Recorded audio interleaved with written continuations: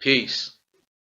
Sending positive energy to everybody listening, to anyone that may view in the future, today, tomorrow, next week, next month, next year, what have you. This book is very important. This is Race First, the Ideological and Organizational Struggles of Marcus Garvey and the Universal Negro Improvement Association by Tony Martin. President of the UNIA, ACL Division number 433 here in Buffalo, New York. He gave me this book to read. Now, I've read the majority of the book, but I'm going to go ahead and read the book again because this is urgent. If I could give anybody anything, this was a great gift from him. This is one of the best gifts I think I've had from someone outside of my physical or biological family.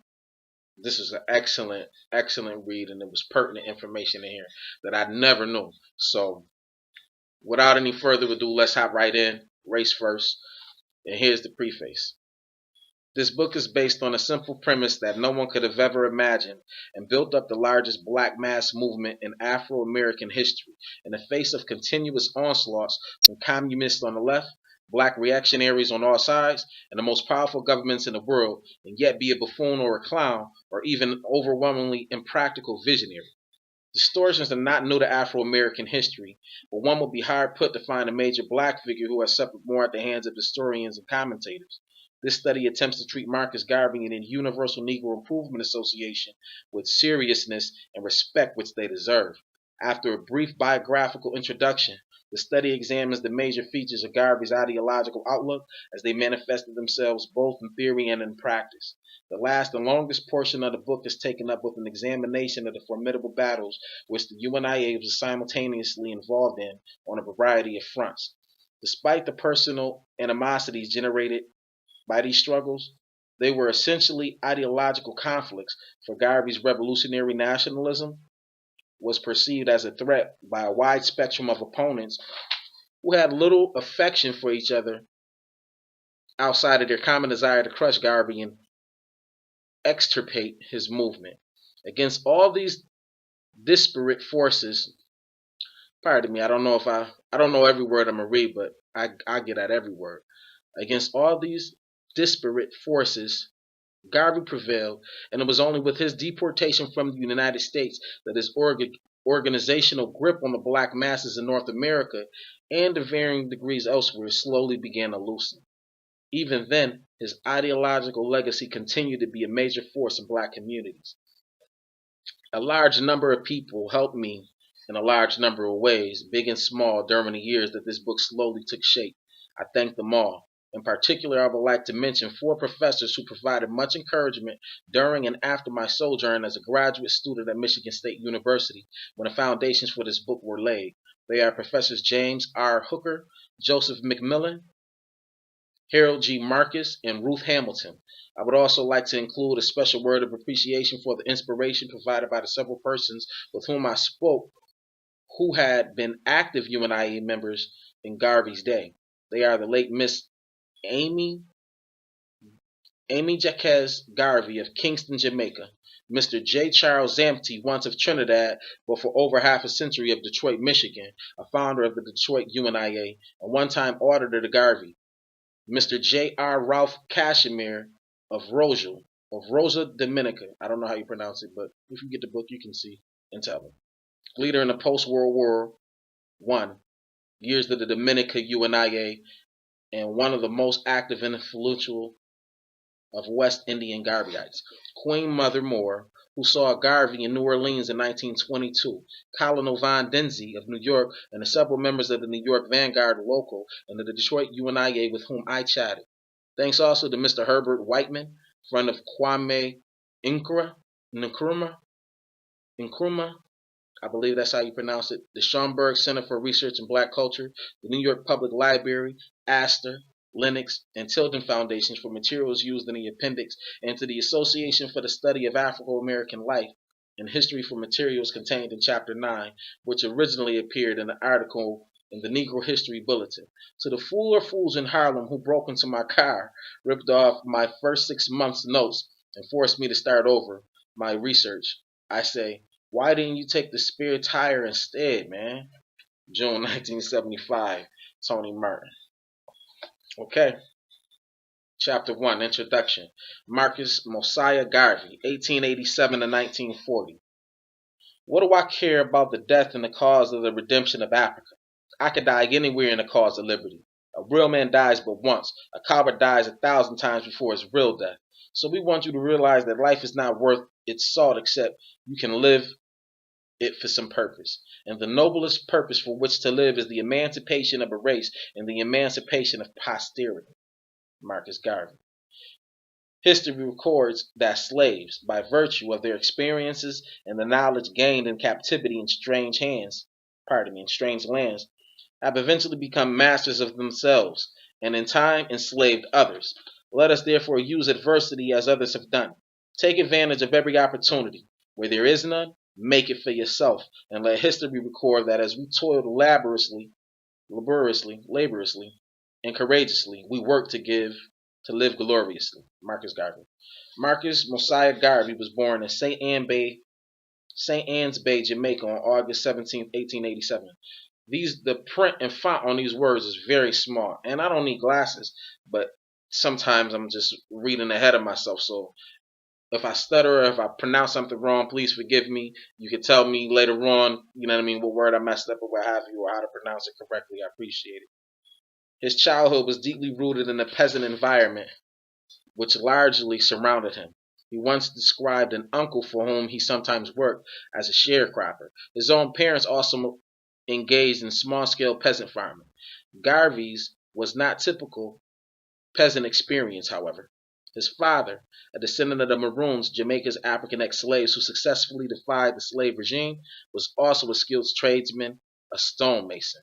Garvey's background further distinguished him from the typical peasant in that his father possessed a library among whose volumes Garvey developed an early taste for reading. Pardon me. His childhood was characterized by an adequate elementary education supplemented by private tutors in Sunday school. His leadership ability seems to have manifested itself from the very beginning, for his physical prowess gave him a position of eminence among his peers. At the age of 14, by which time he had already become apprenticed to a local printer, Garvey left school. 2 years later, he moved to Kingston, Jamaica's capital city, where he obtained work. By the time he was 18, he had achieved what he later described as an excellent position as manager of a large printing establishment. This was an outstanding achievement, making Garvey the youngest four-man printer in Kingston, and at a time when many foremen were still being imported from Great Britain and Canada. Participation in the strike during which he consented to led the workers, despite assurances of favorable management, cost him his job. He then obtained new employment with the government printery. In Kingston, Garvey quickly immersed himself in the intellectual and political life of the city. By 1909, his political involvement had brought him into the national club organized by a lawyer and legislative council member, Sandy Cox. Garvey was elected one of the assistant secretaries of his club, which sought to combat privilege and the evils of British colonialism on the island. In 1910, Garvey embarked on the first of his many wanderings in foreign lands. He went to Costa Rica, where he worked for a while as a timekeeper on the United Fruit Company banana plantation and as a laborer on the pier at Port Limon. Edited a paper, La Nation, harassed by the British consul concerning his non-protection of the many British West Indian laborers working there, was arrested for urging workers to fight for better conditions, and was eventually expelled from the country. He continued for the next year or so to wander through Latin America, going to such places as Panama and Ecuador, where West Indian workers had migrated in large numbers in search of work. He observed the universal degradation of the black race, worked intermittently to finance his travels, started another small paper in Colón, Panama, and agitated among black workers. A black worker in Colón at the time remembers meeting Garvey around 1912 as he addressed the predominantly black Colón Federal Labor Union. There was a possibility that Garvey may have stopped briefly, perhaps in transit, at a seaport somewhere in the United States during this period. From Central America, Garvey returned briefly to Jamaica, and by the autumn of 1912, undeterred by a lack of money, he was in England, where his only surviving sister, Indiana, was working as a governess. In England, he indulged his love of public speaking at Hyde Park Speaker's Corner, was a regular visit to the House of Commons, and worked for the Africa Times and Orient Review. the foremost Pan-African journal of the day. He found the time to visit Scotland, Ireland, France, Italy, Spain, Austria, Hungary, and Germany. Garvey said later that he attended some lectures in law at Birkbeck College of the University of London. By July 1913, Garvey was not surprisingly almost destitute, and he applied for government assistance. Possibly because of his job at the Africa Times and Orient Review, however, he was able to eke out an existence for almost another year. By May 1914, when he was probably again without employment, the Anti-Slavery and Aborigines Protection Society intervened on his behalf, dispatching him to the Colonial Office with an offer of a contribution from the society if the Colonial Office would put up some of the money to repatriate him to Jamaica. Early in June, the society informed the Colonial Office that Garvey was endeavoring to raise a fund to meet passage money, and offered to match equally any amount the Colonial Office preferred. Garvey managed to do without the largest or the largesse of these two agencies, however. He succeeded in raising his fare home and left England on June 17, 1914. Garvey's first sojourn in England was of great importance to his career. The workings of British democracy made a lasting impression on him. Unlike later generations of visitors from the colonized world to the metropolis, he noted the contrast to the autocracy which the very same colonizers maintained in their tropical dependencies. He was often to call in the years to come for an extension of British justice to the colonies. England gave him an opportunity, too, to enhance his already wide knowledge of the worldwide sufferings of black people. In the pages of the Africa Times and Orient Review, there appeared regularly articles by and about such leading black figures as Booker T. Washington, Edward Wilmot Blyden, John Edward Bruce, W.E.B. Du Bois, and William Ferris, to name but a few. Some of these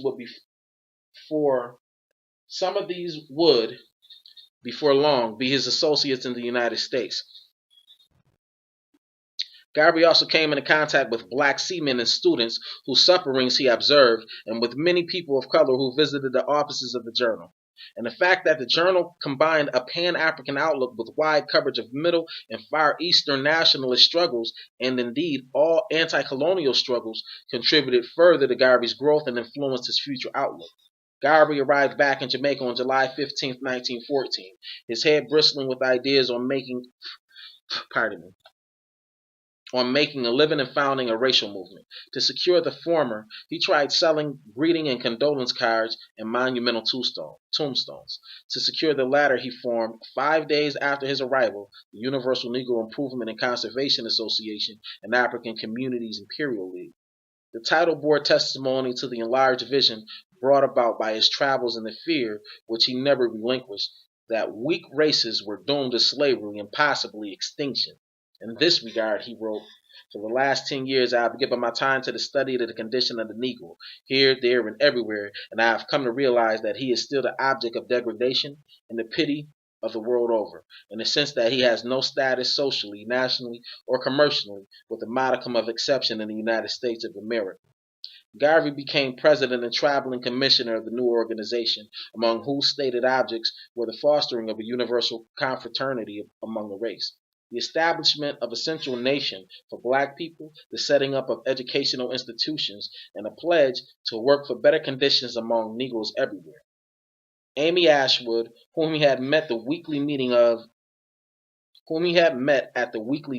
the East Queen Street Baptist Literary and Debating Society, became its secretary. The association was formed, she said, on their second meeting. A few days later, an inaugural meeting took place at the Collegiate Hall, Kingston, presided over by the mayor of Kingston. Recruiting was slow, even though Garvey worked tirelessly and succeeded in establishing himself in the minds of many as an agitator and a nuisance.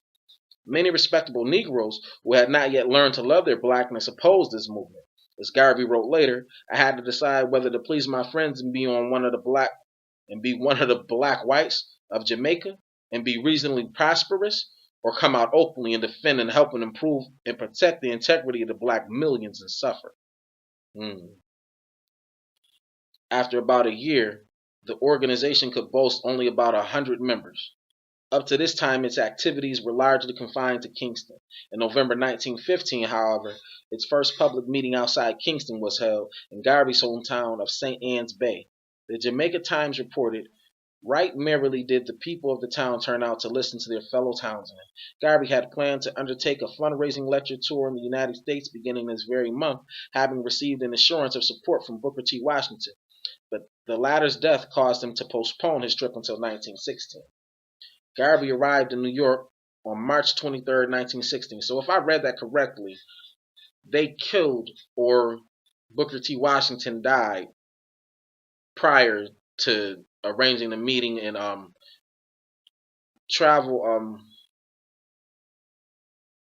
for Marcus Garvey. I don't know if somebody can put me on to that or what have you.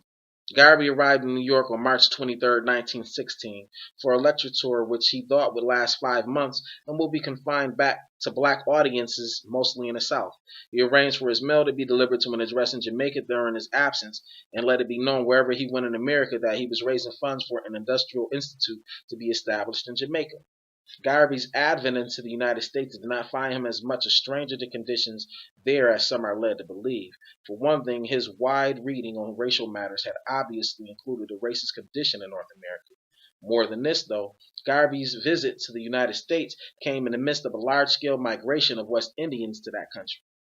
The toing and froing of persons and ideas generated by this migration meant that adapting to the United States was probably not too much of a problem for new arrivals. By March 1916, Garvey's sense of mission, his conviction that he had been called upon to emancipate his race, had developed to an uncanny degree. Shortly before leaving Jamaica, he had written in a letter to Robert Russell Moulton, Booker T. Washington's successor at Tuskegee, I am now talking with you as a man with a mission from the high God. Even though he still thought that Jamaica would be the main field of his exertions, he had nevertheless already mapped out the course he was to follow over the next few years.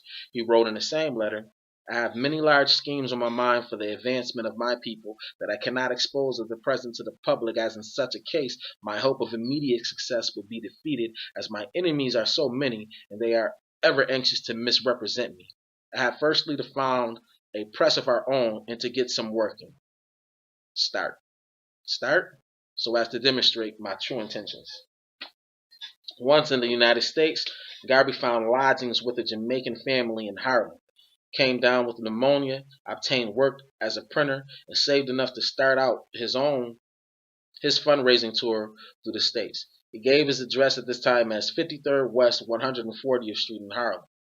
By June, he was lecturing in Boston, and by November demonstrating again the amazing mobility which had characterized his Central American and European visits. He had already visited, among other places, New York, Boston, Philly, Pittsburgh, Baltimore, Washington, D.C., and Chicago. He had also met a godly number of prominent national and local African American leaders. Among them were John Edward Bruce, whom he called a true Negro, a man for whom he had the strongest regard, a Dr. R. Wright, Jr., Dr. Parks, Vice President of the Baptist Union, Dr. Trilly of the Methodist Episcopal Church of Philadelphia, Reverend J.C. Anderson, whom he described only as being of Quinn Chapel, Miss Ida Wells Barnett of anti-lynching fame, magazine editor Fenton Johnson, and William H. Ferris.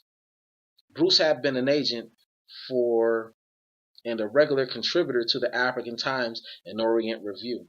Ferris had once written an article for the same magazine in which he praised Garvey's October 1913 article, which had appeared a few months before his.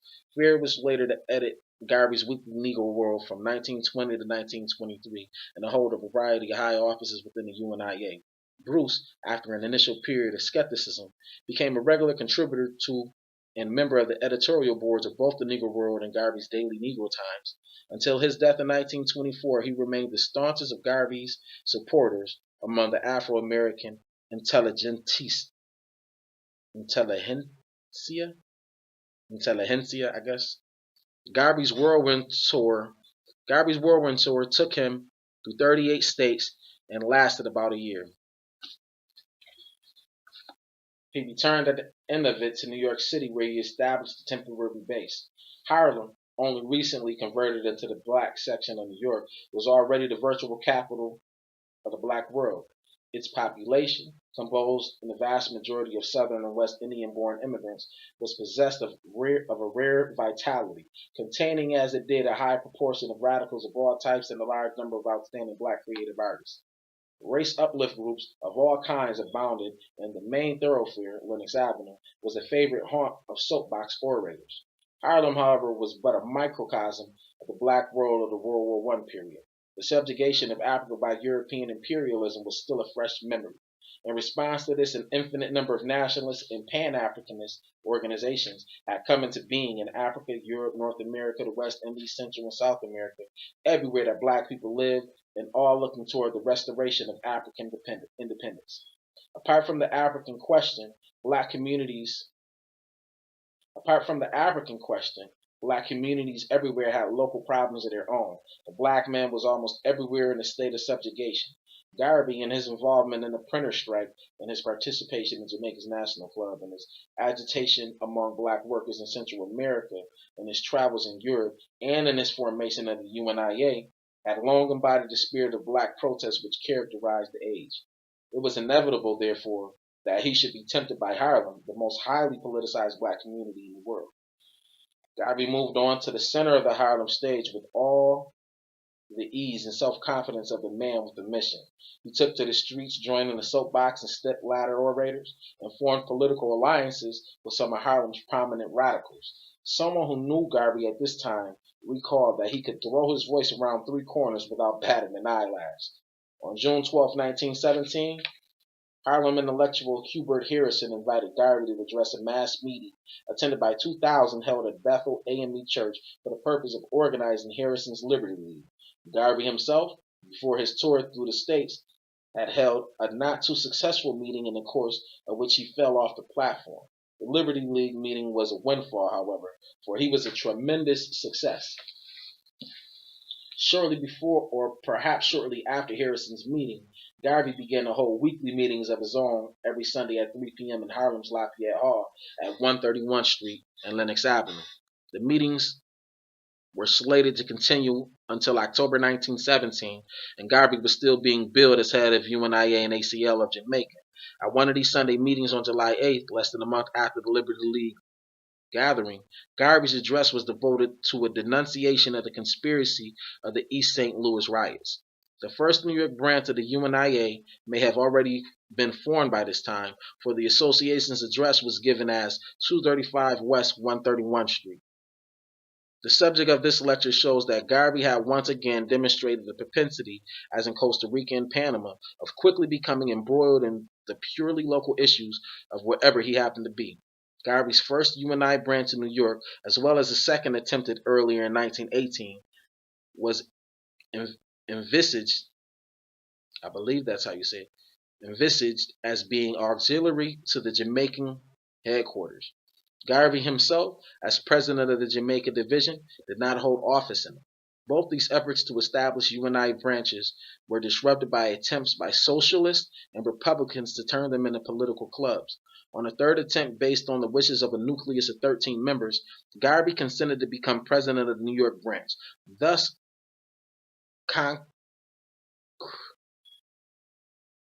concretizing a decision that he had in all likelihood already contemplated, namely to cast down his bucket in the United States.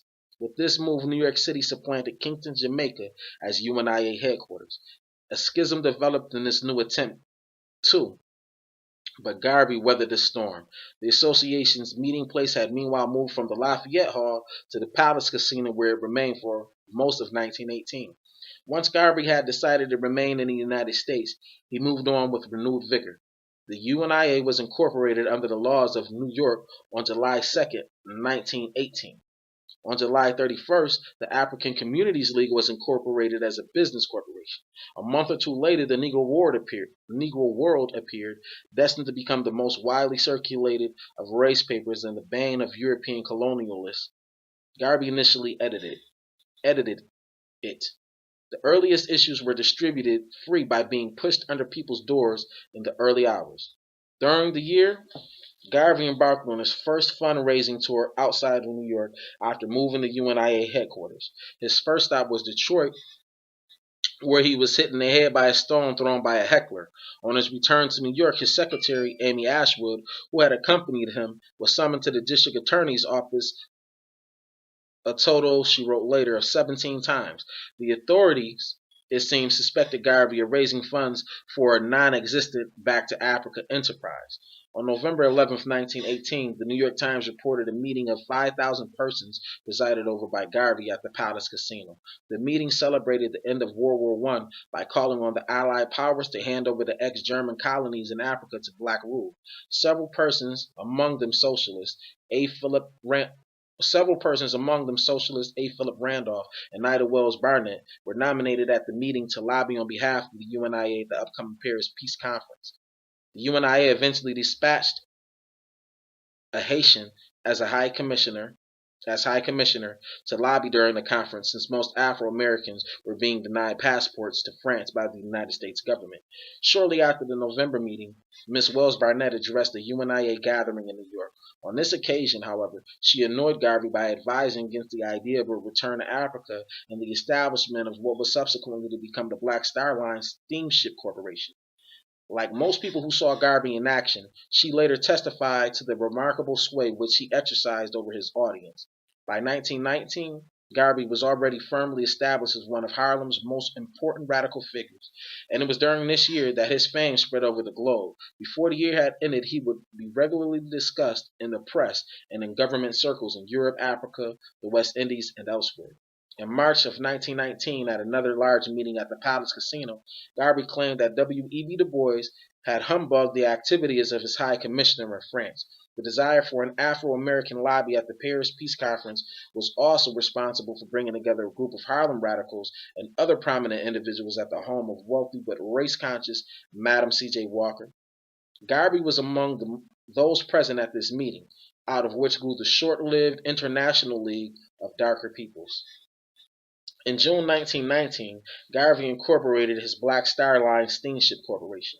By this time, Garvey claimed later the UNIA had about 30 branches and over 2 million members.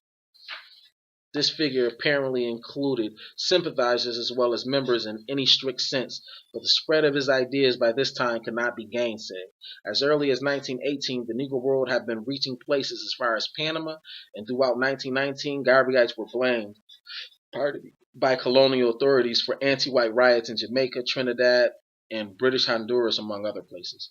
In October 1919, Garvey, fast approaching the peak of his career, had his closest escape from an untimely death. Several shots were fired at him by one George Tyler, 2 of which found their mark. The wounds were minor, however. Tyler died mysteriously, supposedly jumping to his death from the cell where he was awaiting a court appearance. It was widely suspected that he planned to implicate others in his assassination attempt. A little over 2 months after this attempt on his life, on Christmas Day 1919, Garvey married Amy Ashwood during a lavish spectacle at Liberty Hall, now the UNIA's own meeting place. In 1916, she had left Jamaica for Panama, but had become reunited with Garvey in the spring of 1918 when she moved to the United States. The marriage was over by early 1920, the couple having parted company amid a welter of accusations and counter-accusations concerning infidelity, financial misdealings, and political strategies. The year 1920 witnessed the first international convention of the Negro peoples of the world, organized by Garvey. At the opening session at Madison Square Garden in New York, an overflow crowd of 25,000 filled the arena and spilled out into the streets. The other sessions took place in Liberty Hall in Harlem. Delegates who came from all over the black world adopted the Declaration of Rights of the Negro peoples of the world. This declaration listed the main grievances of the race and demanded their resolution. Notice was served on European colonialists that the black man had an inherent right to possess himself of Africa, regardless of the claims of any other race or nation. Demands were made for the capitalization of the N in Negro, for the teaching of black history in schools, and for an end to lynching and sundry other discriminations. The red, black, and green were adopted as the colors of the race. August 31st, the last day of the month-long convention, was proclaimed an international holiday for black people, and the universal Ethiopian anthem was adopted. During the course of the convention, Garvey was elected President General of the UNIA and Provisional President of Africa. The mayor of Monrovia, Liberia, Gabriel Johnson, was elected supreme potentate, however you pronounce it, Potentate, or ceremonial leader. Several others were elected leaders of various parts of the black world. Also in 1920 was the birth of the UNIA's Negro Factories Corporation, which over the next 2 or 3 years managed the number of UNIA businesses, including laundries, restaurants, a doll factory, tailoring and millinery establishments, and a printing press. Some of these ventures had been in operation since 1918, but Ida Wells Barnett reported having been shown a UNIA restaurant and some unspecified smaller undertakings by Garvey in that year. By 1921, Garvey was unquestionably the leader of the largest organization of its type in the history of the race. He had succeeded as no one else had in gathering up the worldwide feelings of dismay at the loss of independence and defiance against colonialism and oppression, which characterized the new Negro spirit of the age. As of August 1st, 1921, the UNIA contained 418 chartered divisions, up from 95 a year earlier, plus 422 not yet chartered. There were in addition 19 chapters, none the previous year, making a total of 859 branches. Garvey's unparalleled success had the effect of arraying against him a most powerful conglomeration of hostile forces. The United States government was against him because they considered all black radicals subversive. European governments were against him because he was a threat to the stability of their colonies. The communists were against him because he successfully kept black workers out of their grasp. The National Association for the Advancement of Colored People and other integrationist organizations were against him because he argued that white segregationists were the true spokesmen for white America and because he in turn advocated black separatism. His organization also had to contend with unscrupulous opportunists who were not above sabotaging its workings for personal gain. In 1921, opposition from all these forces escalated to a remarkable extent. First, the United States Department of State almost prevented Garvey from re-entering the country after a short trip to the Caribbean area. He managed to make it back, however, barely in time for his second international convention. Then at his annual convention, the communists, spearheaded by their black auxiliary, the African Blood Brotherhood, made an unsuccessful bid to capture his following. Meanwhile, the NAACP, through its major black spokesman, W. E. Du Bois, was steadily increasing its campaigns of attacks on its organ, the crisis, and elsewhere. The black socialists, too, had begun to criticize Garvey, and the British authorities were busy pursuing the policy they had begun in 1919 of banning the Negro world, prohibiting UNIA officials from entering their colonies, and generally doing whatever they could to thwart the spread of Garvey's influence. Finally, on January 12, 1922, Garvey was arrested for alleged mail fraud. This was a signal for redoubled efforts on the part of his enemies, who presumed his guilt and called for his arrest and deportation. Despite all of this, the UNIA managed to push ahead. The Daily Negro Times appeared in 1922, and a Black Man magazine was projected, but did not, in fact, appear until much later. Garvey's second marriage took place during this year to his private secretary, Amy Jacques. In 1923, I don't know if that's how you pronounce it. If not, let me know. In 1923, he was convicted on the mail frauding charges in connection with the Black Star Line. Yet Garvey was now claiming a membership of 6,900,000 branches. 500 of the branches and a little less than half the membership were said to be in the United States. Garvey's last full year as a free man in the United States was 1924. During this year, the remarkable faith which his followers placed in him was again demonstrated when they subscribed enough to launch a new steamship line, the Black Cross Navigation and Trading Company.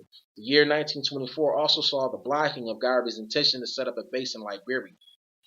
During this year, too, the UNIA launched its Negro Political Union, designed to bring its voting strength to bear on American and other elections by endorsing candidates based on their record of dealings with race, irrespective of party affiliations.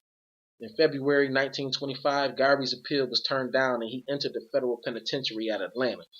What his enemies hoped to obtain through his imprisonment did come to pass.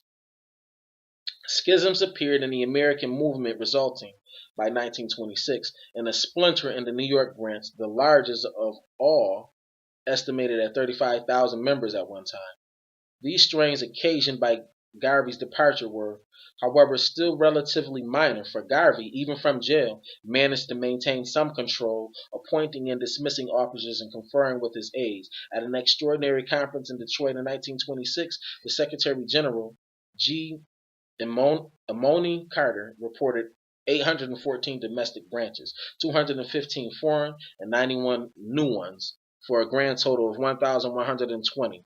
There were 25 pending applications for charters. The discovery in 1970 of UNI records, including membership files, provides a unique opportunity to verify these figures.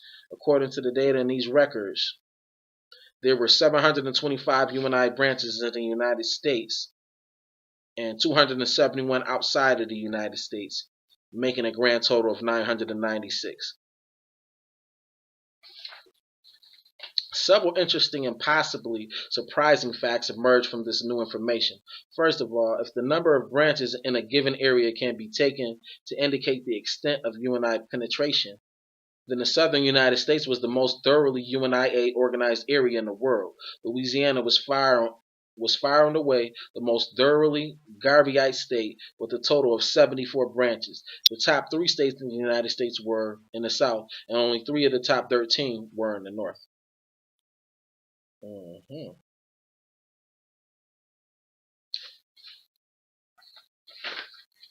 Okay, we just got a couple more pages. These findings may be These findings may be tempered somewhat, but only somewhat, by the fact that some of the largest single branches were probably in such northern cities such as New York and Chicago. And all the UNIA was represented in 38 of the United States. It was not only the organization of newly urbanized Afro-Americans, it was also the organization of great mass of black peasants all over the South, Southwest, and elsewhere. Outside the United States, Cuba led with 52 branches, more than any single United States state except Louisiana. The greater Caribbean area, including Central America and North and South America, was undoubtedly the biggest Garveyite stronghold outside of the United States. South Africa was the most thoroughly organized of the African countries. No area of significant black population in the world was without a UNIA branch. This included Canada, Europe, and Australia. The data suggests that the Detroit report of 1926 was accurate. The slight discrepancy in figures is probably due to no greater cause than the loss of some membership cards during the decades preceding their discovery, for there were branches in such places as Dahomey, the Belgian Congo, and areas in Trinidad which do not appear among the records. An important conclusion to be drawn from the figures in this chapter is that the UNIA continued to expand after Garvey's 1925 incarceration. Some branches were undoubtedly disbanding, even as new ones were being added. But the evidence as to how many is inconclusive. Certainly by 1926, some branches were not sending up-to-date information to headquarters, but this had always been a problem and did not necessarily indicate lack of activity in those branches. Meanwhile, the clamor for Garvey's release mounted. At one demonstration in Harlem, an estimated 150,000 people marched and jammed the sidewalks. The government, bewildered by the depth of feeling shown for someone they liked to characterize as a crook, and perhaps viewing with apprehension the upcoming election year, decided to commute his sentence, but with deportation. 5,000 loyal followers were on hand at New Orleans to listen to Garvey's farewell address from the deck of the vessel taken into the Caribbean. They stood in the rain and sang the UNIA hymn, "God Bless Our President," as the ship pulled away, bearing their leader from the scene of his greatest triumphs, never to set foot in the United States again. When the ship stopped in Panama, Garvey was greeted by a delegation from the local UNIA and in Jamaica, where he arrived on December 10, 1927. He was given a hero's welcome as some of the largest crowds in the island's history turned out to greet him. None dismayed by his deportation, Garvey set about making the most of his adversity. In 1928, he visited England, presented a renewed petition to the League of Nations, and briefly visited Canada. In August 1929, Garvey held the 6th International Convention in Jamaica. It was as spectacular as the earlier ones in Harlem.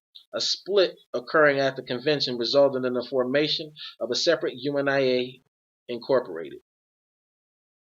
headquartered in the United States. Garvey remained head of his faction, now calling itself the UNIA and ACL of the world. The American schematics did not carry the whole American field with them. They failed, for example, to win control of the Negro world, which continued to carry Garvey's pronouncements. They failed to win control of the Negro world, which continued to carry Garvey's pronouncements. Units loyal to Garvey often changed their names to Garvey clubs, Ethiopian clubs, and the like. And animosity between the groups in the United States occasionally led to violence. The year 1929 marked, too, Garvey's most direct incursion into Jamaican electoral politics. Between the convention and the end of the year, he formed the People's Political Party, began campaigning for a seat in the Legislative Council, was jailed for 3 months for contempt by British judges when he promised to reform the bench if elected, and was elected to the Kingston and St. Andrew Corporation Council while in jail. Upon his release, the corporation promptly declared his seat vacant, but he was returned unopposed early in 1930. Meanwhile, the British judges convicted him again, this time for supposedly libeling British colonialism in an editorial in his Black Man's newspaper. Garvey's bid for the Legislative Council was defeated in January 1930, largely because the majority of the black masses still had no vote under British colonialism. His People's Political Party nevertheless successfully placed some candidates in both the KSAC and the Legislative Council. Garvey himself continued to serve on the KSAC Council for the next few years, on one occasion in 1931 being re-elected while out of the country. During this period, Garvey occasionally acted as a de facto trade union leader, taking up the causes of unorganized workers. In 1931, Garvey made yet another trip to England and the League of Nations. Back in Jamaica, he continued to hold political meetings, formed an amusement company, and dabbled in real estate. A seventh international convention was held in Jamaica in 1934, followed some months later by a shift of his base of operations to England.